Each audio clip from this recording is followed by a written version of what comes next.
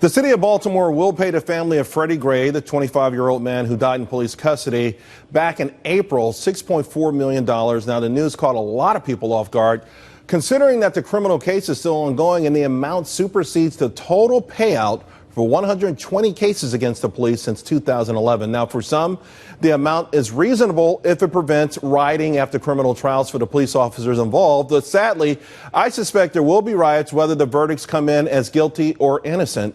No doubt the settlement will be used as fodder for groups like Black Lives Matter and politicians whose very policies created these powder kegs in the first place. And there's also no doubt Freddie Gray's family has suffered, but so too the families of 9 people killed and 46 wounded this past weekend in Chicago alone.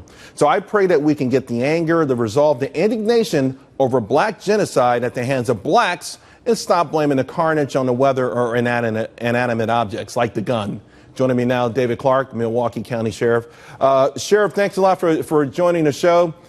You've been very vocal about these very issues. Again, a lot of people on Twitter pretty upset with this as an indictment of the police officers. The trial hasn't begun yet. And by the same token, once again, we overlook complete carnage, black on black crimes over the weekend.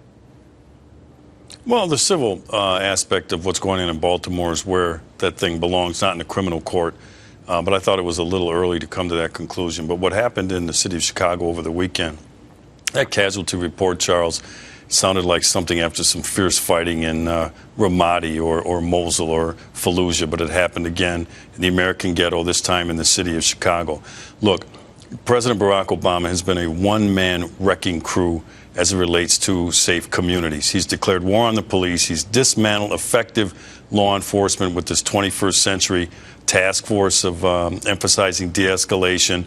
And he also has taken the side of the criminal with this inane idea of prison reform.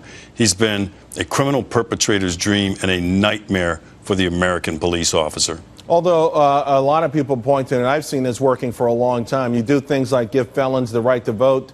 All of a sudden, you create maybe 3 million instant voters overnight. So maybe there's some political angles to it. But to your point, the war on police aspect of this really scares me. I grew up in Harlem in the 1970s, a lawless community where we needed the police. And when they weren't around, things got worse. Well, Charles, President Barack Obama has communicated in very unambiguous terms that the era of tough on crime is over. This is a guy who visited a federal prison.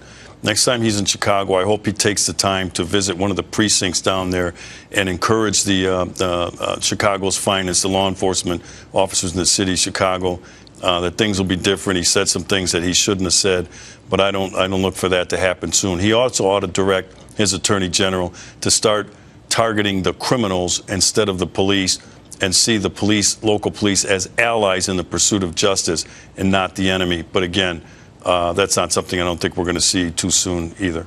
I've only got 10 seconds. Black Lives Matter, you tweet out about them a lot. You've been very vocal about them. Once again, we hear nothing about them from them, what happened in Chicago. Again, proof positive, Exhibit A, that black lies matter more than black lives matter for this group. All right, Sheriff Clark, thank you very much.